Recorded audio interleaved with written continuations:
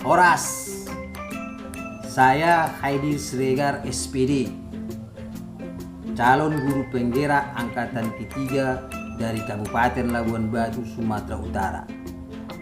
Tempat tugas saya di SD 21 Bila Hilir, Kabupaten Labuan Batu. Kenapa? Iya, 2 minggu ini aku ikut yang namanya program pendidikan guru penggerak tentang Ki Hajar Dewantara.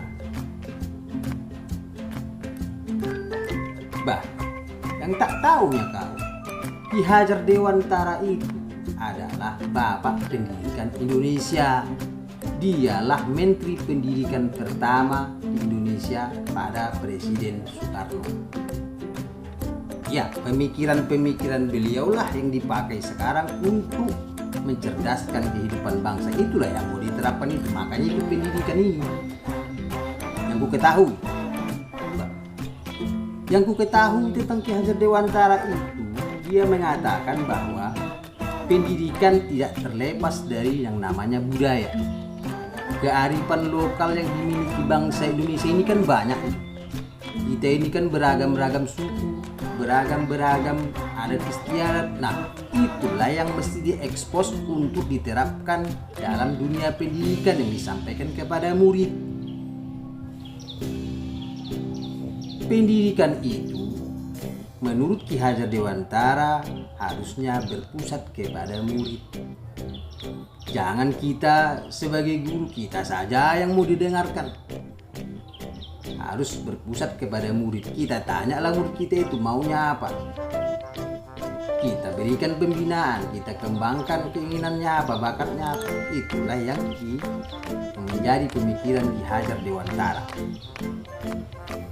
Pendidikan dan pengajaran merupakan usaha persiapan dan persediaan untuk segala kepentingan hidup manusia, baik dalam hidup bermasyarakat maupun hidup berbudaya dalam arti yang seluas-luasnya. Dibilang lagi sama kamu bahwa pendidikan itu adalah tempat bersemainya benih-benih kebudayaan dalam masyarakat. Jadi pemikiran Ki Hajar Dewantara itu mengatakan pendidikan itu tidak terlepas dari budaya. Begitu. Makanya ada semboyan beliau yang namanya Ingarso Suntuloro, Ing Madya Mangunkarso, Tuturi Handayani. Nah, itu kan ada itu yang di topi-topi itu kan ada tulisannya itu Tuturi Handayani. Nah, itu dari perkataan beliau. Nah, pendidikan itu harus selalu melakukan perubahan katanya, sesuai dengan dinamika zaman.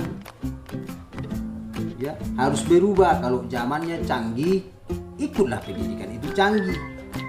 Jangan ikut seperti zaman-zaman dulu. Kapan kita berkembangnya kalau begitu? Ya, tapi harus didasarkan yang namanya kodrat alam dan kodrat zaman. Alamnya bagaimana? Daerahnya bagaimana? Di pegunungan kah? Di daerah dataran rendah kah? Ya harus sesuaikan. Seperti kita orang Batak, kita kan tinggal di daerah ya, rata-rata dataran tinggi. Makanya suara kita keras-keras. Menyampaikannya harus bagaimana, adat kita bagaimana gitu. Sama seperti orang yang di dataran rendah, daerah pesisir, bagaimana pula, kan begitu caranya, metode yang dipakai untuk belajar. Kemudian juga harus sesuaikan dengan kodrat zamannya bagaimana. Jangan seperti zaman baholak dulu. Pendidikan itu harus terus berkembang. Sekarang kan zaman iptek, teknologi semakin canggih. Jadi kalau kita gunakan zaman-zaman dulu, ketinggalan zaman lah kita. Begitu. Apalagi katanya, bahwa menghambakan diri kepada anak. Maksudnya itu, ya kita harus mendengarkan apa maunya anak, apa keinginannya anak. Ya tentunya pakai aturan lah. Ya gak mungkin lah anak itu mau ke sini kita harus ikut ke sini terus, mau ke sana harus ikut ke sana terus. Ya kita lihat dulu bagaimana anak itu maunya apa. Kemudian apa yang kita lakukan? Yang kita lakukan adalah memberikan pembinaan. Kita dorong dia. Misalnya kalau ada bakat dia bernyanyi, jangan kita jelek-jelekkan nyanyinya. Ya, kita dorong terus gitu. Bagaimana dia bisa suara dia itu berkembang lebih bagus. Nah, kira-kira begitu. Bakat bernyanyi. Begitu. Kalau dia bagus suara dia mengaji, ya disuruh dia belajar di guru yang tepat untuk belajar mengaji. Jadi bisa jadi menjadi kori. Akan bangga kita sebagai seperti itu. Kemudian juga pemikiran Ki Hajat Dewantara itu mengatakan bahwa memberikan kebebasan guru dan anak didik untuk mencapai tujuannya sesuai dengan kodrat alam dan kodrat zaman tadi. Jadi jangan hanya terfokus kepada satu, kita lupa kepada yang lain. Seperti itu. Jadi fokusnya kalau misalnya guru itu ingin seperti ini anak didik itu, ya kita teruskan saja. Itulah pemikiran Ki Hajat Dewantara. Kemudian semua stakeholder itu harus mendukung, seperti kepala sekolah juga mendukung, orang tua juga harus mendukung begitu.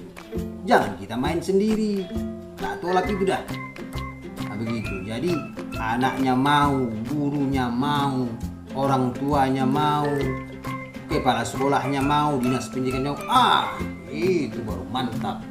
Jadilah merdeka belajar yang dicita-citakan oleh Ki Hajat Dewantara itu terjadi kalau begitu. Nah, dulu minumlah aku dulu. Haus sekali aku. Kasih bertanya saja kalau ditanya. Macam kepala sekolah kok udah. Nah, oke. Begini. Sebelum saya itu mempelajari ada namanya modul 11 yang saya lihat dan saya rasakan itu di kelas. Saya kan guru, kan tahu kau kalau aku. Sebelum belajar ini, yang kalau kulihat di kelas itu, yang pertama memang guru itu selalu pakai metode ceramah, khutbah. Guru saya yang berbicara, muridnya pun begini saja lah. Apalagi guru itu lebih mendominasi. Siswa itu menjadi objek, bukan menjadi subjek. Muridnya pasif, diam saja. Entah yang diam, entah mendengarkan, entah mengantuk, entah tidur. Saya pun tidak tahu. Penting disampaikan saja. Kemudian kalau lihat lagi, sering itu guru-guru itu memberikan hukuman-hukuman berupa fisik. Disuruhlah, bila anak itu tidak mengerjakan PR, suruh push up, suruh sokot jam lah, suruh ngutip sampah lah, yang macam lah. Nah, itulah yang saya lihat selama ini. Nah, sebelum saya belajar ini. Nah, jadi sesudah belajar ini, saya pun merasakan yang kami lakukan selama ini kuranglah bagusnya. Jadi saya punya pemikiran dan akan merubah perilaku saya ini yang akan saya lakukan nanti, seperti misalnya memberikan kebebasan kepada anak didik untuk berkreasi. Ya, biarkan dia dengan kreasinya sendiri, biarkan dia dengan minat dan bakatnya sendiri, kita pantau nanti.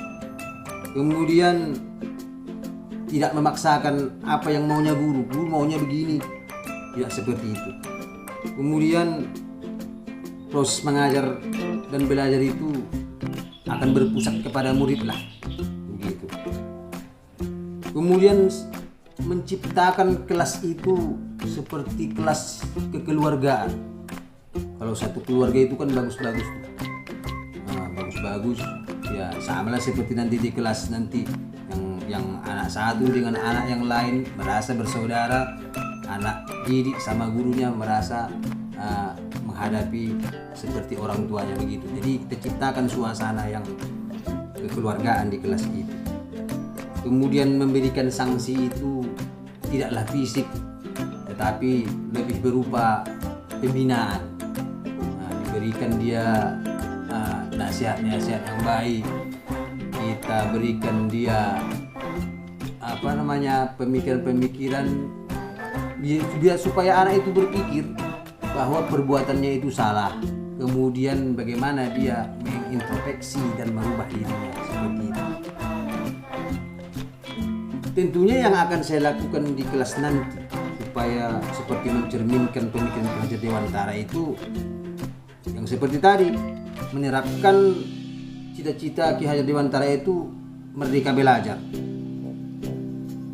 di kelas maupun di luar kelas. Itulah yang saya cita-citakan, yang akan saya lakukan nantinya.